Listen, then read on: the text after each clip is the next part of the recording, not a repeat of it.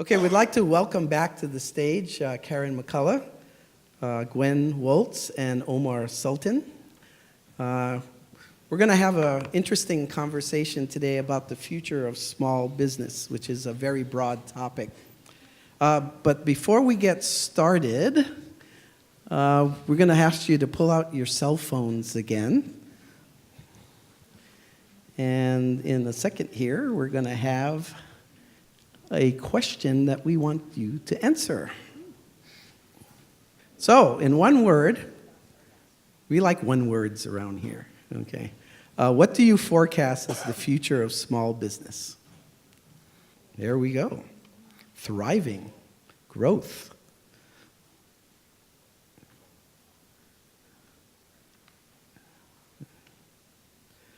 Oh, growth. There we go. Oh, we got 15 responses. Let's see if we can get a few more here. Yes, I love it. Okay, so we'll give I think we're done, right? Okay, so because growth seems to be there and thriving. So we have a very optimistic crowd here. Okay, that's a good to hear.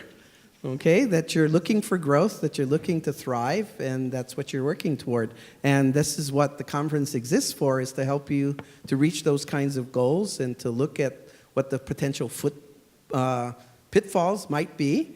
And, you know, when looking at the future, that becomes kind of scary. And I think we want to have our panelists discuss from their particular perspectives what they perceive as innovations, as disruptive trends, as inventions, technologies, maybe processes, tools, services, ways of being and acting as an employer, an employee, as Karen has been talking to us about today, and that are just on the horizon and will impact small businesses. So let's start off by me giving you guys a sort of a horizon. Okay, I'm not asking you to be a prognosticator or Nostradamus, okay, 50 years into the future. Let's take maybe a more reasonable horizon, maybe 10 years, okay? Because we're looking at millennial change as well.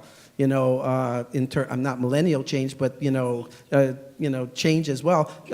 Generation Z is just around the corner, right? Okay, and there's, what are going to be? What do you think their expectations are going to be? Those kinds of things. So, and then I want you to listen to each other carefully, because I'm going to have you ask each other questions in the next round. Yes, you have to listen to each other carefully. So don't be planning your next remarks while the other person is talking. So let's start off in capital investment and business planning.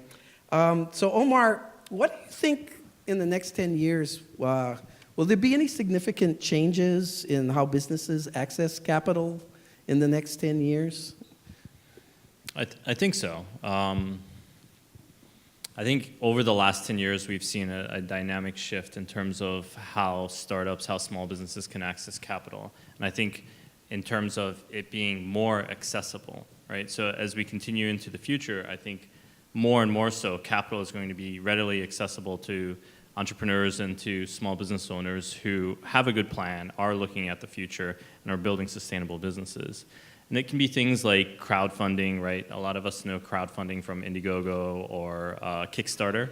Those are all sort of pre-production type of crowdfunding, right? You have a product, you put a nice, cool video, people become interested in it, and then it's really just funding your production before you actually do it.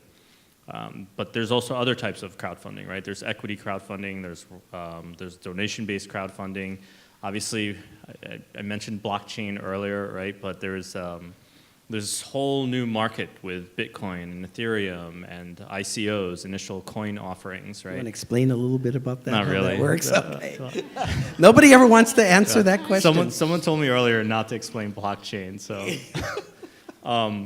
But there's going to be more opportunities to raise capital, right? And that's why it's very important as a small business owner, as an entrepreneur, as a founder, to know the different types of capital and what stage your company is at and what type of capital you should be seeking. Okay. Okay, so I forgot to say that you got 7 minutes to do this, so, to go on about this each, when I ask you questions. So I'm going to ask you a follow-up, Omar. So hand in hand with capital comes business planning, okay? So in the next 10 years, what do you see as the future of business planning in terms of any kinds of significant changes in terms of that process? Sure. I think it's exactly like the access to capital, right? So the speed of which business formation is happening is going to be accelerated, right? It's getting faster and faster to start a business. It's getting cheaper and cheaper to start a business. Before, there was this sort of mantra, which I'm completely opposed to, as everyone else that's on our team, if you build it, they will come. You should absolutely not do that. Absolutely not do that. There are ways to build a successful business and spend very, very little money, right? There are ways to get customers lined up for your product or for your service and spend very, very little money. So in terms of the business creation in the future, I think it's going to be easier and easier and more accessible to more people.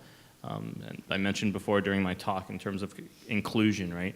If you think about how many people there are in the world and how many are actually online, it's such a small fraction of the number of people in the world. What's going to happen when all of those people start getting online, right? I mean, it's just mind-blowing. There's probably 2 billion people on the internet, and there's over 7 billion. Somebody tell me that's the right number? Or about 8? 5, yeah. 9 billion is supposed to be sort of the top. By right? the time What happens when those individuals start coming online? Right? How are you going to be able to reach them? It's going to be easier and easier to do a business, but it's also going to be faster and faster to fail that business if you don't put the right steps in place. Okay, so let's move on to Karen. Okay. Okay.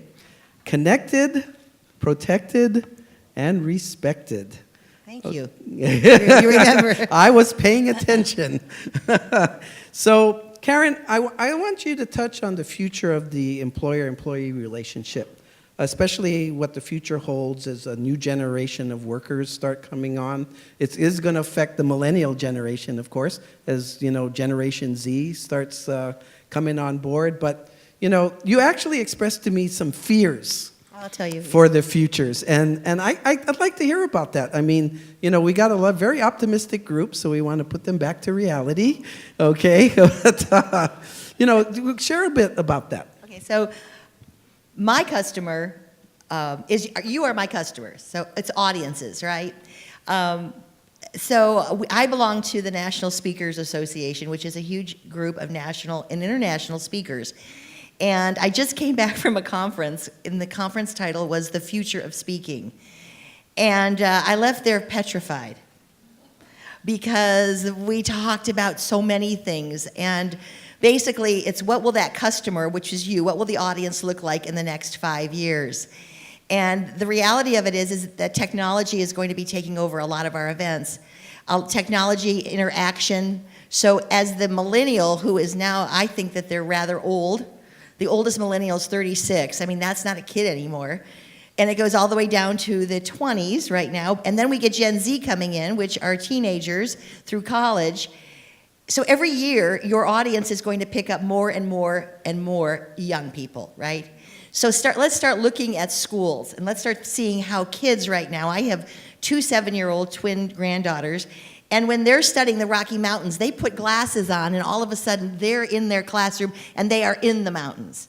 Now, that 7-year-old wants an experience. They're not going to go backwards and go, oh, now let me look at her slides. When they become my audience, if I'm around that long, what are they going to want from me? And so we started projecting, and I said I was scared, because for me, if I start looking at these children were born with their phones. They have no idea that you actually talk on it. They believe that it's something where you see video and you see people, right? Because we do face-to-face all the time. So we start to look at what young people are doing, and we say that is going to be where the audience, your customer, will be when they get into that workforce or into the marketplace. And I tell a funny story. I have 7 minutes. Can I use it? Keep on going. I don't know. I mean, I'm not really a futurist, you know. He kept stopping, so I had to kind of push it along. So. But if you look at Gen X, because I'm always about the generations, because I believe that young people predict the future. I believe that if we watch the behaviors of young people, we will begin to see where the trends are going. And I can convince you of that if I can talk about Generation X. Do we have any in here? I don't remember where you were sitting. And you start to look at this generation was very much attached to their friends. That was where the TV show Friends came in. And this is a generation that took a tape, because we only had tape decks, and they listened to the radio, and they stole music. They broke the law, which is who they totally are. They stole music off the radio, and they put it into a tape. And they created songs that they liked, their personal mix. And then they shared that tape. What am I talking about right now? I'm talking about the way we receive our music today. I'm talking about Spotify. I'm talking about the way we share files. The way we live is because of Generation X. So, if we stop and take a look at the behaviors of young people and where they're going. I love Gwen's talk today because she's so much about social. And it's not only is it here, and it's a phenomenal way of, I think, doing something in a very reasonable, as far as budgets go, way, it's becoming more and more. So for me, my mantra is look at the young, and you can determine where the future will be. So he asked me, where will employees be? I have no idea. But I know they're going to want an experience. I know that they're going to want transparency. I know that they're going to want the real deal, and they're probably going to be a lot smarter than I am when I'm hiring them. So I'm going to learn to be quiet and listen, which is what I am not doing here. Thank you. No, that's awesome. So Gwen, boy, Facebook is taking a terrible beating. Cambridge Analytica data scandal. If you guys heard about this, right? It's been in the news about what a academic project research for hundreds of thousands of people who took a survey ended up in sort of an 87 million people data breach in terms of basically harnessing and people's information. So in that social media space and how business is affected, what do you see the future of maybe existing platforms as they go forward, and how people need to protect themselves and their information, or should businesses even be worried about that since they're trying to put themselves out there anyway? Okay, there's a lot to cover there, I think.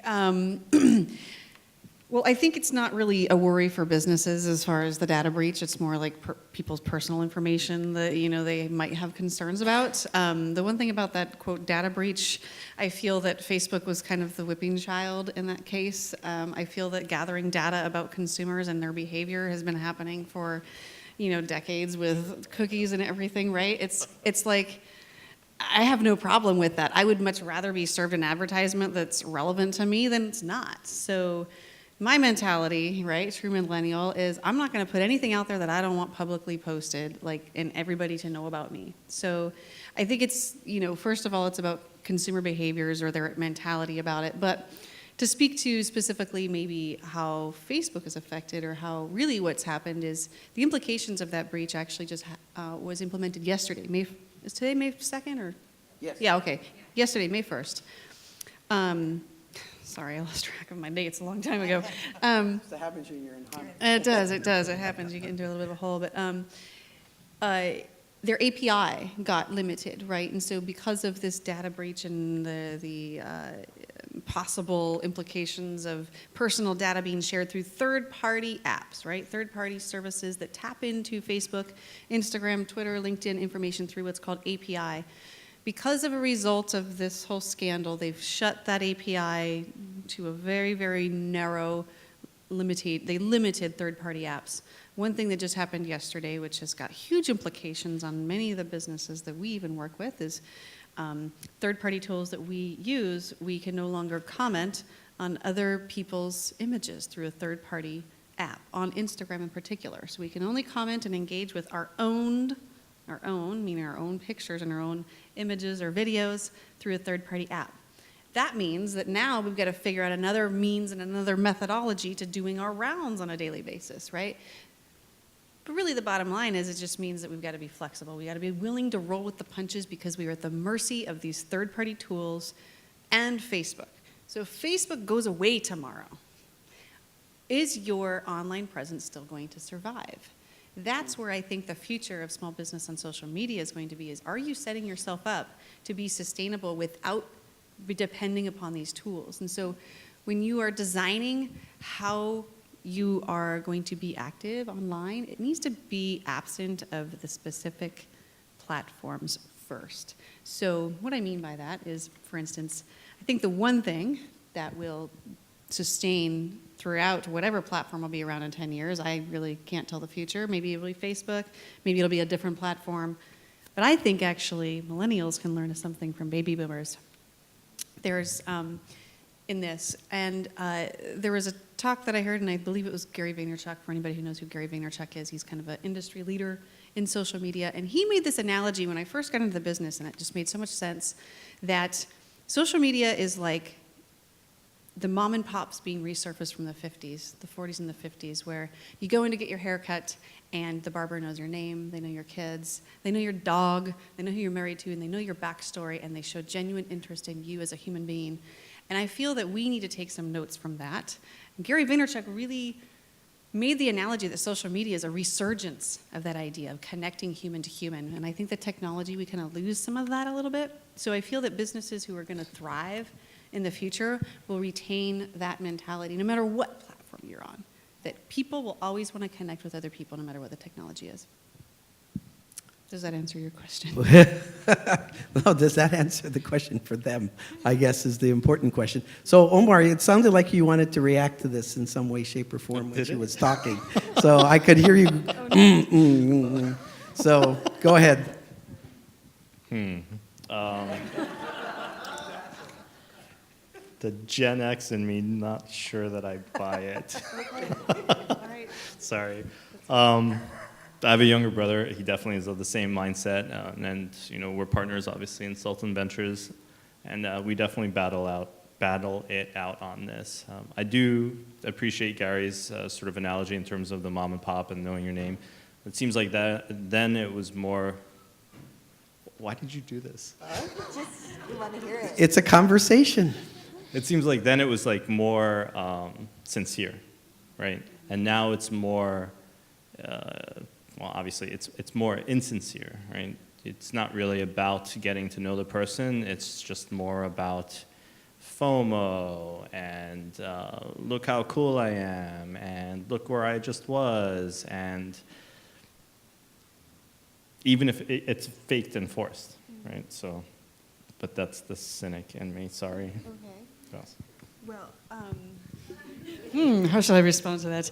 I think that there is definitely a lot of that noise out there. And you'll see a lot of that with individuals, right? So you're going to see the Instagram kind of wannabe stars, like attention grabbers, and that will always be out there. And in fact, some businesses should really embrace that mentality because those might be the influencers, so-called self-informed influencers, you know, or self-labeled influencers that you might want to align your brand with in some cases. But I think that it's up to the businesses to create these authentic experiences. So if you're a business who's out there being smarmy, I think people can see right through that. Yes. I mean, you have a point. Yes. People can totally see right through it, but it's really up to you to be authentic when you go out there and engage with other people.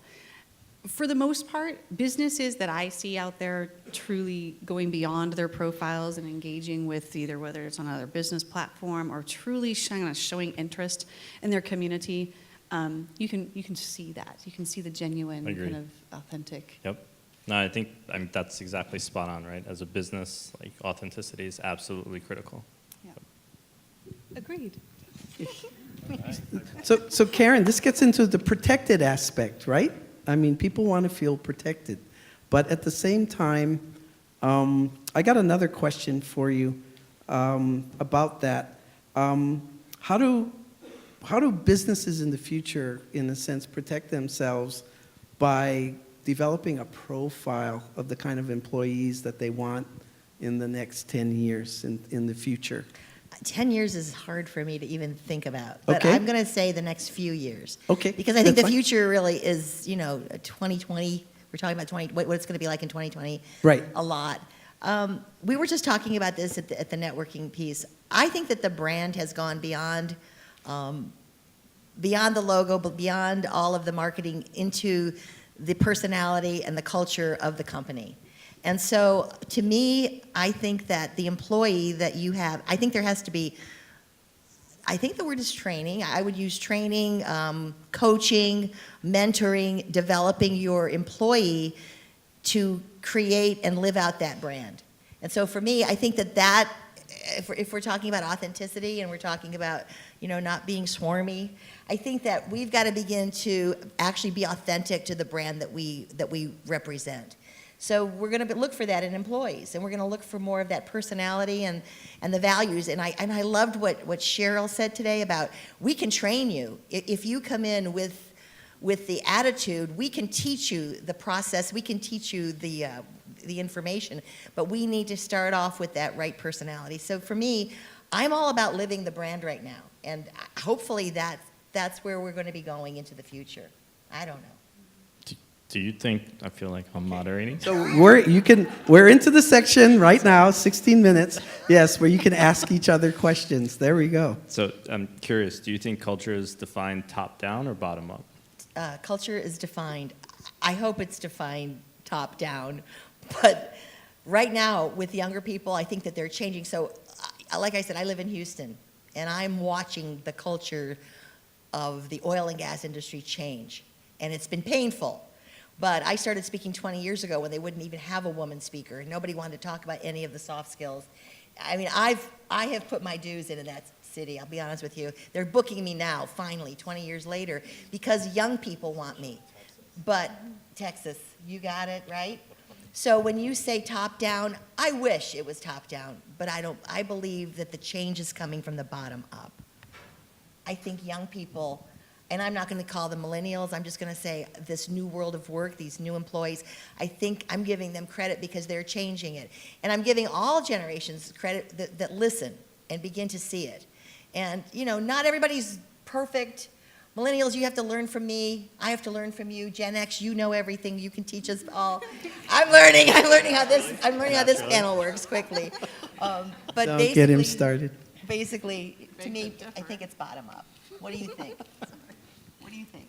I do think it's bottom up. I think it should be bottom up. I think you can define from a top down sort of the goalposts or the boundaries, right? But I think it has to be organic. Yep. So Gwen, do you have any questions for Karen or Omar? I'll spare you for just a second. No, I actually, Karen, I think one thing we haven't talked about kind of in this new work environment is telecommuting. Oh, Our company is 100% telecommute, and I feel that that's one of the ways that our company can provide our clients with a better price, and it provides our staff with the flexibility that they expect. Can you talk a little bit about telecommuting and kind of how that's affecting businesses and where you see that going? So I hear the negative on telecommuting, and I hear it from young people. So I come into an organization, the culture's already in. One of my clients, and I think I could talk about them, is HP. And I've been with them for years, and I keep coming back and doing a conference. And one of the younger guys stood up. We were doing some sort of a table talk, I don't remember. And he said, I'm jealous. I'm jealous of you guys that came 20 years ago because you all came together and you worked face to face and you created the culture. Now I come in, I work out of my home, I don't see anybody, and you expect me to jump on board and understand what the culture is, but I have no idea. So, with that said, yeah, it's a luxury. Working out of your home is great, and you get to, have your own hours, but how does a company grow? How does a company grow the culture? How do they grow that, even that feeling of teamwork? And I'm sure it happens, online, on the telephone, with Skype, with whatever, Zoom. But how do we get that face-to-face? And so maybe more meetings. I'm not sure of the answer, but that's the complaint that I hear quite a bit. Any guys want to weigh in? So the founder of Buffer was, are you familiar with Buffer? It's like Hootsuite. Yeah, Buffer is, yes. Do you want to explain you'll do a much better Well, job of what Buffer is a third-party social media tool. The idea is basically that you kind of fill this bucket, and it buffers it out to your social profiles based upon the best time of day, and you can kind of define it in other different ways. But yeah, I think that's the best explanation of Buffer. So Joel, who's the founder of Buffer, is completely unique as a founder in a startup world, especially as one that's taken VC money, and that absolutely everything about his business is transparent. How much money he makes, how much each employee gets paid, how much each employee gets equity, all of it completely transparent. You can find all of his reports, how much money he's raised from investors, how much money, all of it, how many users he's had. The other thing that's interesting about Joel is that the entire team is remote. They do not have a single office. And I think because I asked them a similar question, right? How do you build culture? Because they're a very tight-knit group. I think once or twice a year they do an annual retreat. And they bring in a speaker. And so they've managed to create, it's Right. crazy, this amazing culture and community. That's what they have to do. And so if you have teams that are remote, what we're finding, especially when you bring in new managers and they have to manage a team remotely, they have to get to know them. My daughter is a consultant, and I hear her on the phone talking about people's kids. She's having a beer working because she's relaxing, because she's talking to somebody in a different time zone. But she is definitely doing the socialization and growing her team with that. But then they meet I think they meet like every 2 months. Yeah, face to face, because you have to have the face to face. Yeah, I have to agree with that too. I mean, because we make a point to meet face to face. Last summer I relocated back to California after 16 years here, so there was a little bit of that gap, and so we had to come out with a solution to maintaining. We had monthly in-person meetings with our team where we get a little bit of work done, but pretty much it would just be to socialize and kind of get to know one another or have fun, or we'd make it a field trip, and we knew that was really important for sure, and just a way to connect with our employees and make them feel appreciated. So unfortunately now I just have to come back to Hawaii every 2 months and do an in-person meeting. It really freaking sucks. But yeah. Okay, Karen, do you have any questions for Gwen and Omar? No, except Omar, what about my Bitcoin? Where's it going? What's happening? What is the price today? I don't know. I didn't look. I'm here. Can we talk a little bit about it? I mean, we're curious. Talk about, people are curious Should about I buy a Bitcoin stock? That's yeah. my question. So the future of business finance, right? should you buy Bitcoin or Ethereum or some of the other? So Bitcoin is a cryptocurrency, right? And there are many, many different types of cryptocurrencies. And the blockchain started for Bitcoin. Blockchain is just basically this distributed ledger that everyone who's on this platform is able to control that ledger. And once something goes in, that's it, it's locked forever.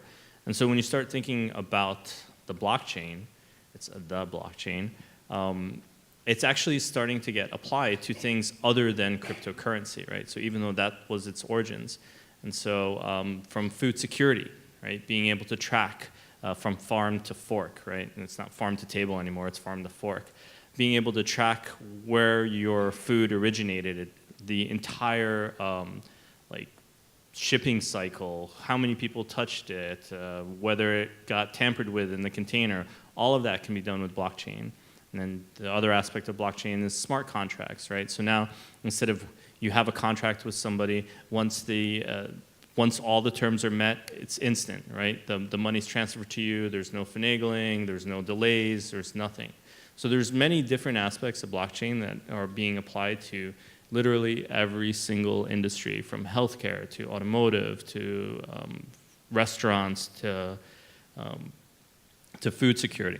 It's probably going to be the future for a lot of us. So getting familiar with it is probably going to be important.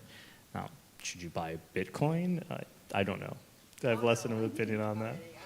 You did? But yeah. Nice. I bought an Ethereum. Oh, I forgot my mic. Well, that one, I was trying to keep that quiet. But it's complicated. I mean, figuring out how to buy it, and you can't do it instantly. So it's fun for me just to do it to learn. Yeah, so what's interesting is you cannot buy it here in Hawaii. The second you try to open an account, you instantly get an email saying you're banned. Right? You're not allowed to buy cryptocurrencies here in Hawaii. Oh, I didn't know that. You put in a phone number, you have to validate who you are, you show your license or photo or address, your bank account. It's a state thing, yeah. I've heard Uphold, there's a platform called Uphold that helps you get around all of that. They're less strict. So I've heard. Well, I just did it for research because I'm trying to keep up. And for me, and for any of you out there that are thinking about the future and keeping up, I try to scare myself every month and do something that I haven't done online. Not, Tinder or anything like that, but There's limits, huh? is that good? Is that enough? Okay, where do I go from there?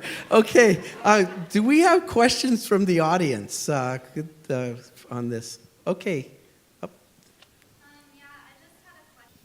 I'm not really sure because I'm not really privy to any of that information, to tell you the truth. I mean, I might delve in social media, but I am not intimately involved. I don't know Mark Zuckerberg. I can't call him on the phone and ask him those kinds of questions. So, honestly, I mean, you make a point. I mean, the whole privacy breach, I think that everybody kind of has to make that personal decision how much they're going to participate. If they know this is going on, I mean, people have been leaving Facebook in droves because of it, and that's just a personal decision you have to make. So I think it's going to continue happening no matter what. I think that privacy breach conversation can go in many different directions, but whether it's the responsibility of the top, I think they're always going to be pushing their boundaries, like they always have, right? Advertising dollars, that's how they make their money. So they're constantly going to be serving to the advertisers, who is actually everybody here in the room. So in some ways, it's this weird double-edged sword that it's an advantage to businesses for Facebook to be constantly pushing for these crazy invasive technologies so they can target people very, very specifically. But that's my perspective. Yes? Oh, I'm sorry. Richard? Question. Sure, I'm not an economist, but I do know just from our experience that, I mean, social media is a very, very good test for any small business. If you can adapt to all the changes that social is bringing at you on a day-to-day basis, I think you can pretty much adapt to anything. So I'm not really sure. I mean, I see that, I know at least in our industry, it certainly has changed very significantly in 8 years. We were pretty much the only people in the game 8 years ago, even offering social media or even talking to businesses that they should be using it. We were kind of laughed out of the boardroom and for years. And it wasn't until recently that businesses started to embrace and started to see the importance, and then we boomed. And then now our biggest competition is businesses hiring in-house. So for us, we even, it's only been 8 years, and our industry in itself is completely changing, and so I think the name of the game is being flexible. Back there, Moose? Just a quick comment. So I think that is yet another application for the blockchain. So usually with user reviews, they're anonymous. With the blockchain, you can't be anonymous, right? Similarly, like a lot of times, if there are bad reviews, the restaurant will go in and delete those bad reviews. Can't do that. Once it's in the blockchain, it's locked. So that's yet another application of this, future technology that we should all probably learn more about. Yeah, I think, well, first of all, responding to reviews is extremely important. We know that for many businesses, some of that can make or break your business. But I think that you need to do a couple things. First of all, you need to learn to brush off some things, because people will be people and they're kind of protected behind their screens. So they're going to say things online that they're not going to say to your face. And you just need to be willing to roll with those punches and move on. And the other thing is you need to really listen to what they're saying, because a lot of times you're going to pull the wool over your eyes as to what people are really telling you about your business or your product. And because they might be negative, you don't want to ignore those. So I'm not sure how that's necessarily going to change. I don't know if review sites are going to go away. I know that there is, big controversy with Yelp as to kind of dragging businesses unwillingly into that space, and that was kind of their strategy going in, and that was the perception of many businesses, that they were being hijacked of sorts. But from our perspective, I think that every business can certainly learn from, this kind of crowdsourcing of opinion and what this review kind of environment is. But if you aren't doing your reviews or not replying to reviews, positive and negative, you shouldn't just be replying to your negative, by the way. You need to be replying to your positive. And it'll definitely serve you. It's a little bit of an algorithm kind of thing like Facebook. So the more you respond, the more that your positives might show up on the top. So you can kind of play that game with reviews. It looks like we've run out of time, actually, but I really want to thank Karen and Gwen and Omar. They've given us a lot to think about today in their own individual sessions, but especially here when we're looking at the future of small business. So I'd like to give them a big round of applause for all their hard work and their insights today. So thank you very much.